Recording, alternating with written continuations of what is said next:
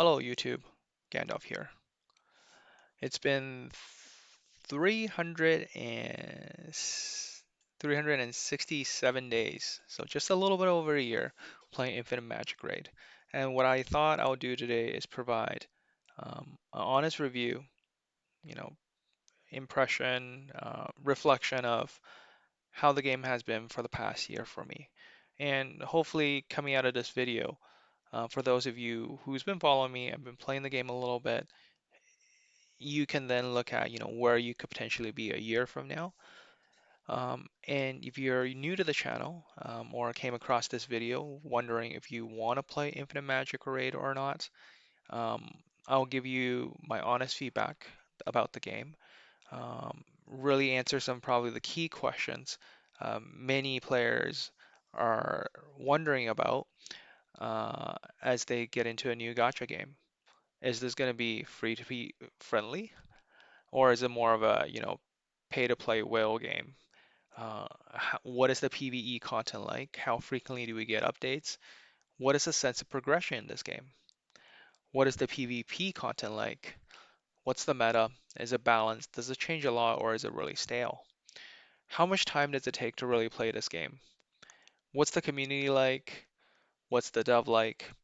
Hopefully, as I go through each of these talking points, it becomes more and more clear to you whether you want to play this game or not. So let's dive right into it. And first, let's start off with the free to play versus, um, you know, pay to win question. Without a doubt, you're playing a gacha game. So, and pretty much in every single game that you play, you're gonna be loaded with, um, offers and trying to incentivize you to buy. Let's face it, guys, this is the reality of any gacha game. In fact, the reality of every other game out there, because otherwise, how are the developers going to make money? How are they going to continue putting the time and effort to create the content for the players to play? So you in this game pretty much, they're spending everywhere. You have special packs that are promoted to help you get in, the $1 packs, right? Then the value packs, the small dollar amounts to get you hooked. Then we come into, the big packs where, where the whales and the kraken spend their money. There are weekly cards, and these have maybe, if we think about ratio of dollar spends to the base spend, which is kind of like your gem packs, these are probably on the value of worth, 30 times value. And then of course there's a growth fund. As you progress through the game, you gradually can, get the additional rewards. But honestly, one mistake I learned is, if you don't plan to, I mean, a year in, I'm at level 89, almost at 90. So you can imagine how long it takes to finally get these out. So if you're just starting out, this is probably something you don't want to get actually. It might look super attractive. It's probably the biggest offer you will see is starting out thinking, oh, I'll be able to finish this path and get all of these great rewards. You can save, until you're really committed in the game. At some point in the future, this is something you could potentially buy. But, the number one value in this game is you start out with the weekly pass here. Um, and the other one's potentially the battle order if you're really looking for a lot of um, a lot of additional rewards on a monthly basis. But that's where where the top value lies. From a free-to-play perspective, can you do without these things? Absolutely. For a good portion of the game, I was playing completely free-to-play without any of these additional perks, and you're doing perfectly fine with the amount of energy you get to participate in event to be able to compete against the majority of those player base. So what is it like to be free-to-play in this game? So it means a lot of time commitment. There is a lot of game content. If you grind through everything every single day, you will be competitive for sure in this game. We're not talking about, the top 100 players in the game, but definitely, the top 5%, not a problem getting there as a free to play. So then what does that mean in terms of, the playability, will you be able to build your heroes? Absolutely. I think we maybe if you were to look at guides from a year ago, a lot of people were complaining about food. Oh, it's impossible to progress a free to play. Not anymore. Pretty much the average free to play player can be looking at about 100 of these purple, you know, excellent wishes, and on average it takes about 140 to 150, per legendary hero. And there's tons of these events throughout the month. Sometimes it's like, it takes 30 less wishes to get to a legendary hero, or you get a double legendary hero on the weekend pulls. So you save and manage your resources and, get the most out of these summons. And these summons become a primary source of food for building your heroes. Um, so and there's events pretty much, every um, every 4 days rotating. There's a total, I believe, a total of 11 different events spanning over over 20 28 days. This is where you get like mythic shards. So people are wondering like, this is a gacha game. Am I going to be able to get the hero that I want? Well, if you actually look, there's something called the temple, and in here there are 11 mythic heroes, and they're the highest quality in the game. They're summoned with mythic hero shards, 100 to summon one, and 50 more to get their exclusive. And you earn them through these events. So every week you compete in farming events, and you can see the ranking rewards. And this is where you get your mythic shards. Um, and it expands down to the top 1,000 players in event points, and it's by zones. So if you're on brand new zone just starting out, it's so easy to get into like the top 10 even, because you're like the only players in that zone. While right now as a seasoned player, we got like maybe 8 or even potentially 10 servers as part of one zone. It's a lot harder to get these mythic sharp. As a brand new player on a new server, there's very little competition for you in the first few months of play. So they have really set it out to get the free to play player going. They're giving you the best chance to be successful on brand new server. You're competing fairly with all other players. Very similar to many other game models there. So I hope that kind of answered the free to play versus pay to win question. Yes, absolutely, this is a free to play friendly game. Probably more free to play friendly than many other games that I've seen. If people are wondering about maybe how much gem you have, this is not gems accumulated from purchases or spends. This is just really accumulation from playing the game. And you can expect on average, you know, a gem income of like 5, 6,000, which is more than sufficient to sustain, all of the events. You can be dumping, 6,000 gems into the weekly event where it kind of progresses, you get you a lot of summons, um, you still rack up a lot of gem at the end of the week from all the different sources you get. Like in a typical day, from the dispatches, getting the gems here, the world boss giving you rewards, and in the week the arena placements. Um, if you look at the guild boss, like at the highest level, you're looking at 264 gems here, and you can get up to like multiple attacks on different bosses to get those rewards. So the gem income is huge in this game. As long as you play as a free to play, you will have stable economy to allow you to fully participate in all aspects of the game. Maybe not at the very beginning, when you're first starting out as a brand new player, but they have a growth handbook. So beginner challenge, you start out, first 7 days, you get these rewards. Then you got the 14-day guaranteeing you, you know, a legendary hero at the end. Then there's a growth handbook, which is really nice because as a brand new player, there's two parts to it, and you're getting a lot better. You get 5-star equipment, all the summons, eggs help you progress additional mythic shards, double emblem drops, and double dragon egg drops to help you really progress. Now it's almost feasible to build like a full, your heroes in this game, go up by exclusive and go up these little arrows on the side here. It's exclusive, so multiple copies of the hero allow you to get additional benefits, and it goes up to level 150. You can pretty much get to maybe 5 of these to have a full team, to get started in your content within the first month of play. This definitely was not true uh, a year ago when we first all started playing this game, and that was probably the number one complaint if you watch any of the older videos on reviews of this game. It's like there's not enough food, not enough food, not enough food for free to plays. Not an issue anymore. And oh, you have to do a lot of rerolls to get to a good hero. Well, they give you pretty much the best AoE clear Hazanja if you can clear the campaign um, within 5 days. So that's putting in probably around maybe 20 hours of gameplay, maybe to get through the campaign over a span of 5 days. So play about 3 to 4 hours a day. So like I said, if you're completely free to play, it is a little bit time consuming, but if you grind all the content, use up all your energy, get the gear you need, you can definitely clear it within the first 5 days or 7 days, whatever. I haven't created a new account in a while to see that, but it's absolutely possible. You can be off to a great start in the game, and be competitive within your own bracket. So free to play definitely is available.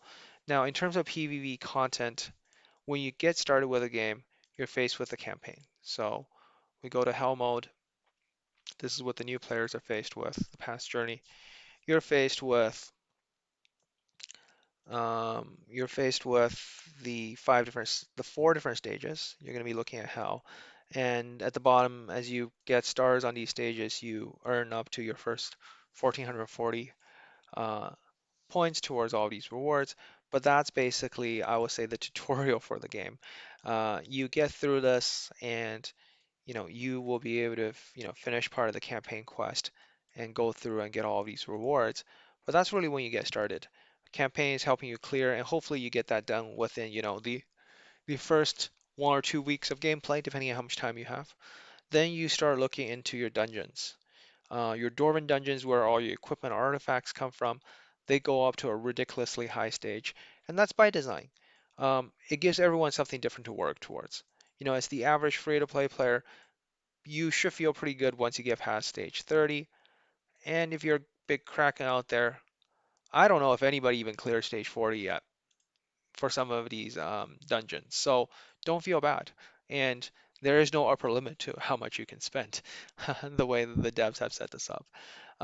Dwarven Ruins is probably where you go for all of your equipment. From a progression sense point, you pretty much want to finish your Tower of Mark. And this is where you kind of, you get guaranteed Catherine's, which is a really strong hero in the game. Then you want to start working towards your faction abyss. So this is where you're only limited to the particular faction of the hero, and you can progress to get a really strong PvP hero, Agatha. The Tower of Mark, as you finish through, you get a really strong PvE support tank hero, Catherine. So this is kind of the normal progression of the game. Tower of Mark means you can only use that particular mark. So every hero has a mark, and they also have a faction. So you get basically forcing you to have a smaller choice of hero pools to help you to progress through the game. Then, you have different things like emblems, which farms the emblems for your hero. You have the guild boss. The space temple is really fun. It's really helpful for beginning players. So as you progress through the campaigns, you unlock the different stages in the space temple, and in the space temple they have really good rewards. Sometimes it's the um, the dragon eggs. Sometimes if near the end, I think you get artifacts chests, guaranteed legendary 6-star pieces of gear, right? So it's really helpful with your early game progression, and those are really fun puzzles. Um, where you kind of just walk through and solve different, puzzles, and you get your reward. Weekly Brave Trials is where you push through and you get more rewards, but you just challenge, and then you can get blessings to to you know to boost your heroes. So sorry, this is the ranking. So you can get these different little buffs to help you, make your challenging against these opponent teams a little bit easier. And that's probably a good segue into like the PvP aspect of the game, because Brave Trial is kind of like trying to beat different PvP teams. Um, Similar to many games, you have your classic arena, your standard 5 hero lineup. You beat them, you progress, you go through the ranks. You do want to compete in this a little bit because the tier attributes, do give you a global buff to your teams across the board. Then, you have the advanced arena, which is kind of like the 3v3 of, the classic version. It gets a little bit more fun in championship where you're competing against cross servers. So not against just people in your zone. You're playing against every player who's playing this game. Obviously, this is where you see the past champions. These are massive krakens in the game. What's really nice though is they have divided up the game into two zones. You're in the novice division if you're in the 20 newest servers, allowing new players to have a much more fair playground. So if you're, wanting to spend in this game, you want to have that sense of dominance. At least for the first 20 weeks, you're going to be in a zone where, you're competing against other newer players too. So making it a lot more fair. You don't have to play against people like myself who's been playing for a year, or even worse, people who've been playing for a year and spent, thousands into this game. Um, Making it a lot more fair for, your experience, and your early game progression experience will feel a lot better. They have also done a lot of um, quality of life when it comes to this. So as you're playing through this game, what you will find is, presets is definitely there. The gear, um, the the auto battling aspect is also there. So here you can see that, I got three different teams previously set up already. And there is the auto battle skiff feature. Yes, you can of course manually battle through these, but for people who are on a short period of time, you're gonna have to take the risk and see, if your setups are good. So there, I just won 3 out of 3 and helped progress a little bit further. Uh, every part of the game, there is some sort of pass for the free-to-play player to, get some additional rewards, but also a VIP pass where they can make a little bit of money on you. So this is expected as of any gacha game, and and this is matching cross server, right? I'm literally playing against every player in the game right now. And of course, as you progress further, you're gonna be faced with harder opponent. I have a really bad feeling I'm probably not gonna win uh, the first match, but it's what it is, right? If you look at the power difference here, this player clearly has, spent and invested a lot more than me, which is okay. I still can win, right? I still can win 2-1 and progress, get higher on the ranks. And right now I'm ranked 31st in the entire game right now. Of course, we don't know what I'll finish at the end of the month. I mean, for myself on this particular account, I have finished in the top 64 every single season. But this is with, a moderately invested 1 year account with a lot of time. So free to play versus pay to win. If you want to do well as a free to play, it's giving up a lot of your time. I will get to that in the time consumption part of this video very shortly. So you can see PvP is there's so many different modes. There's also the guild arena component where you battle together with your guild with the same 3 teams against other guild. And the rewards, rewards are everywhere in this game. Like this is where you get a lot of your summons. So individual points, you get more than 61 flag, you get more summons, right? So there's rewards. Every battle you do, you get gem rewards. And this is where, as you progress through the game, this is the other part of progression. As you do better and better, you want to be part of the #1 guilds. So if we look at our server ranking, well, we're ranked 8th now, but most of the time we're up here. I'm also part of the other guild as well, so I'm part of the #1 ranked guild on my other account, which is a much more heavily invested account than this one. But I do a lot of my videos on this one, trying to, relay more to the average player base here. So that's kind of on the PvP front. So you're like, okay, well, what if I'm just starting out? It's completely unfair to me, right? No, it actually just in the last 2 weeks they released the fair arena content. And this is probably less commonly seen in other games where you want to get the PvP experience for every player. You introduce something like this, where everybody can, spend points. These are free points, by the way, you're given through playing this, and you can be earning, you have a chance to refresh the store to buy heroes that you potentially need for your team, and you free refresh. And oh my God, this is a really good hero. Um, and you get to experience what it's like to have fully exclusive heroes to be used in your battles. And then you're going to be using it battling other players who are using these heroes as well. You can start playing this right away in your first day of gameplay as soon as you know, pass a few campaign levels. Um, and you could be competing against every player in this game. And it's going to be a game of luck and skill because there's only a certain chance to get some of these heroes. These are the hero pools you get. Um, you got to use all of these heroes, but as you can see, you have to refresh through and you can only refresh free once, and it gets start costing your points. You can only earn so many points through battling. You have to spend them on buying heroes or buffs, and you basically build your team and battle it out um, to the top. So you could be a brand new player. Like some of these players, like I have no idea who they are. Obviously, the ones near the top. I mean, this is a relatively new player who got really lucky getting some of it, and he's going to be winning three of these chests. And these chests, they're worth 20 bucks each, at least, right? And from a season perspective, based on your placement overall, you could be getting some additional, um, you know, summons for your echoes too. So this is available twice a month. And it's truly to its name, fair play arena. Like every brand new player has an equal chance of, you know, getting lucky with what's available in their hero store, and then be able to compete against all the players around the globe. There's very high participation in it, and it's a great opportunity to get people involved in PvP, even though they might not have spent a lot in the game to get some of the best heroes. And then, let's talk about, you know, the meta. I mean, the meta is relatively balanced, I'll say. They do try to make sure that whenever they introduce an OP hero, they try to come up with a solution for it within a month or two. They definitely don't let the meta get stale. On my channel, you can find videos where I talk about the meta of the game and how it shifts almost every month or a month and a half or so. Um, for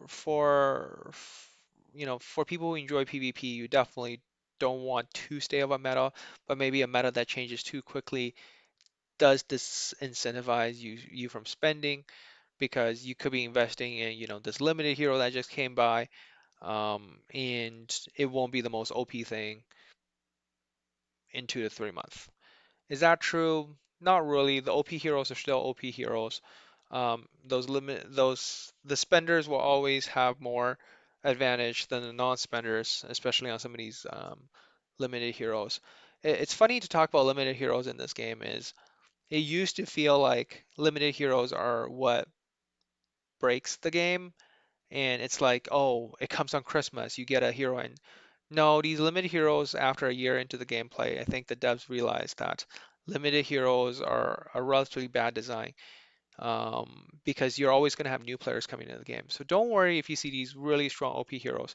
They come back every month or every other month. In fact, it's more easier to get a guaranteed limited hero than a legendary hero you specifically want from the hero pool because they come back a lot more frequently. Like just look at this. In you have these special party events every once a while, and just check it out on the lucky wheel here. Of course, spending, but you get like limited hero selection chests, and there's a different selection chest on the second stage of this, bring you to another two limited heroes that you could be getting. So if you're new to the game, you could still be getting these limited heroes a lot easier, and these are the strongest heroes in the game. And if you're free to play, here's another selection of really strong heroes that every player can be guaranteed to get, because these are heroes um, that you can earn through mythic shards, and mythic shards are what you participate in events every week. So Advanced Arena just finished, and you can see that in here I earned some mythic shards towards it. And right now we have the PvE dungeon grind, and in here you can be getting mythic shards too, and you're rewarded even to the top 1,000 player in your zone, and it's really easy to get placement. And if you're on a brand new server, it's really easy to get in the top 10, no problem. So if you're starting out, you have an easier time because you're competing against fewer number of people, and you're given a lot of more resources at the beginning. So make sure you invest into, these particular events. And this is where, I really want to talk about time consumption in this game. Um, it is long. It's gotten to a point where I don't think people, maybe at the beginning of the year, will be complaining about content. Now it feels a little bit more of a grind. You could easily be tossing every day at least an hour to get all of your different content done. If you wanna do and this is like speed running and skipping through all the different stuff. It feels like you're spending more than an hour in the game every day, especially when there's an event on. Um, there's a lot of, like, for example, Broken Lands is every 2 weeks. This is where you participate with your guild together, taking down towers and progressing and unlocking the final boss, and you get a lot of rewards from this. Guild Arena, it is potentially, third, 13, 10, well, anyway, up to 15, battles of threes. Without this, finally they introduced the skip button a couple months ago, but otherwise before that, it was very time consuming wherever guild battles are going on for the week. Um, I mean, you have there's like a ward boss as part of the recent event right now, and these are battles that you have to you can't skip on these bosses, unfortunately. So that's another 10 15 minutes. There is the battle or quest you want to, well, it's off right now from on this particular account, but there's like 6 quests you have to do here. When the there's daily quests that you have to grind through, weekly quest, hero quest. There's a lot of, let's just say, just to get the daily done. At some point in the game, it feels like a chore. Um, so, to be prepared, right? Like the time consumption is there. You got, if you don't have, if you're looking for a very casual game and you want to be able to, progress, along the same side with others, I'll probably recommend a more idle game you're looking for, maybe to spend like 10 to 15 minutes on it a day and trying different games, have a collection of idle games you play if you're really busy. For this, really there isn't a set game events time into this game, but man, to get through all of the dailies, it does take a good number of hours. Sorry, a number a number of minutes. Like I will plan for at least a minimum of an hour a day by the time you get to late game on this game. So if time consumption is you're limited on time, this is probably going to be a little bit hard for you to be competitive in. But if you're just looking for the casual game, summon a little bit here or there, heck, why not? Go ahead. If time consumption is not something that you care about too much. But if you do want to be competitive, I know many of you are out there. Yeah, either spend the money or spend the time. I think quality of life has gotten a lot better. Like everywhere in the game, they try to reduce the amount of time you have to spend. Like before, you had to go through the shop, and now it's like there's a quick purchase button. You can just select all the different, um, things you want to buy from here, um, and then quickly refresh and buy what you need again. Um, and this saves click, right? Like every second matters. We're all busy people now, and there's a lot of auto components. You see here, like in the background, the whole time I didn't even show you. This is me farming dungeons in this event using those model multi-battle tickets, but I kind of already farmed 20 times and used this much energy and be getting points and getting all these rewards, and I can pick it up later. Like you don't have to manually farm in this game, if you're worried. But there is just from the video so far, and we're 30 minutes in and we're not done, unfortunately. Um, there is a lot of content. I don't think maybe if you go back to videos a year ago, you definitely would, look at game reviews for this as like, oh, there's not enough content, there's not enough food. Um, this is not the case anymore. And I think this is to thank to the devs and the community. And I'll say that, there's a very active uh, game, official game Discord. There's a lot of players there. They have, and there's a lot of ask for player feedback. And this is not one of those things where it's, good for PR. Um, the devs actually, I mean, the devs really do care. I mean, of course they care because if players aren't happy, they quit the game and there's no income for them. If the new player experience is terrible, um, you know, they wouldn't be get attracting any new players, right? Like if we think about what it's been like is these are all things that were added throughout the year. Um, Ways to help you get more mythic heroes up front. So you get, 30 from the first pass, another 25, sorry, I think 25 here. Yeah, another 25.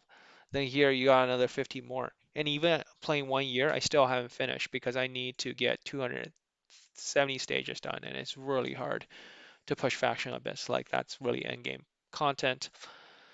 You start out with Growth Handbook, right? You get all these additional rewards. There's beginner challenge rewards, Cyan awards when you're starting out. So there's tons of stuff.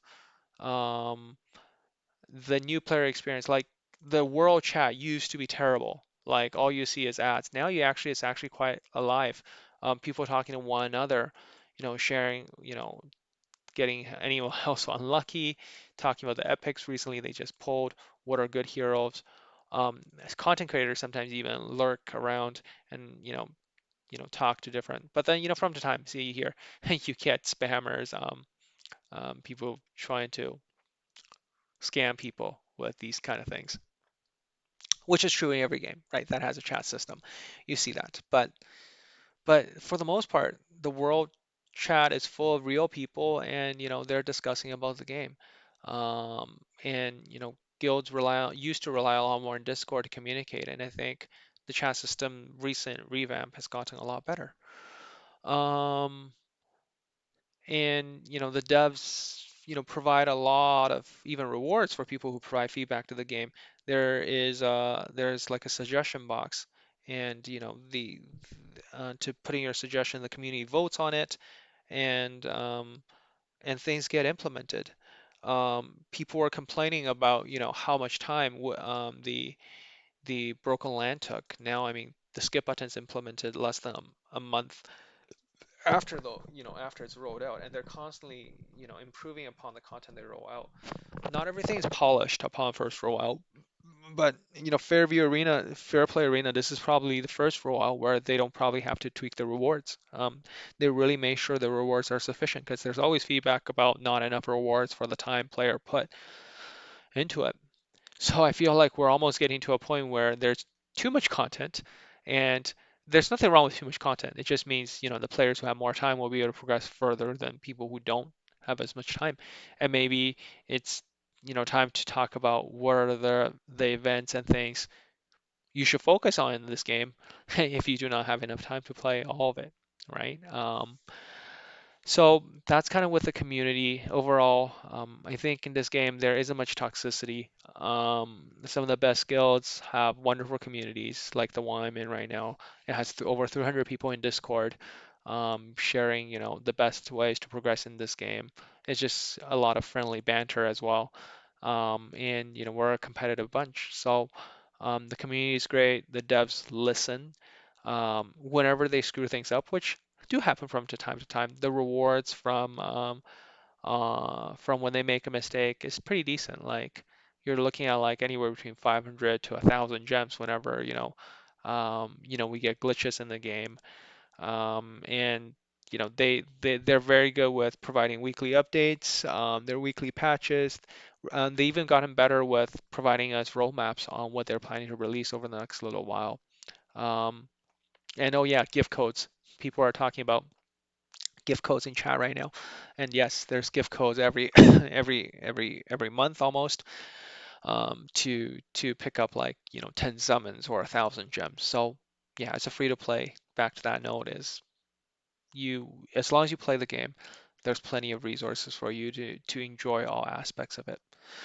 So where do I stand on this game? As I conclude off on this video, after playing a year, um, there's a lot of repetition in this game. Um, it is the same 11 events every 28 days. It is a grind. Um, it is a grindy game. It's gotten to a very grindy game. Elemental City is every 14-day rotation. You can see I haven't even clicked into it. So this is sort of like in many other game, you have kind of like the sort of like a tower progression, and it has huge rewards in it. It refreshes. It gets harder near the top of the tower to finish. It has 75 stages. Now, based on your completion. If you finish all 75 stages, you only have to do the last 15. You automatically get the rewards for the first 15. So you can see quality of life implemented everywhere.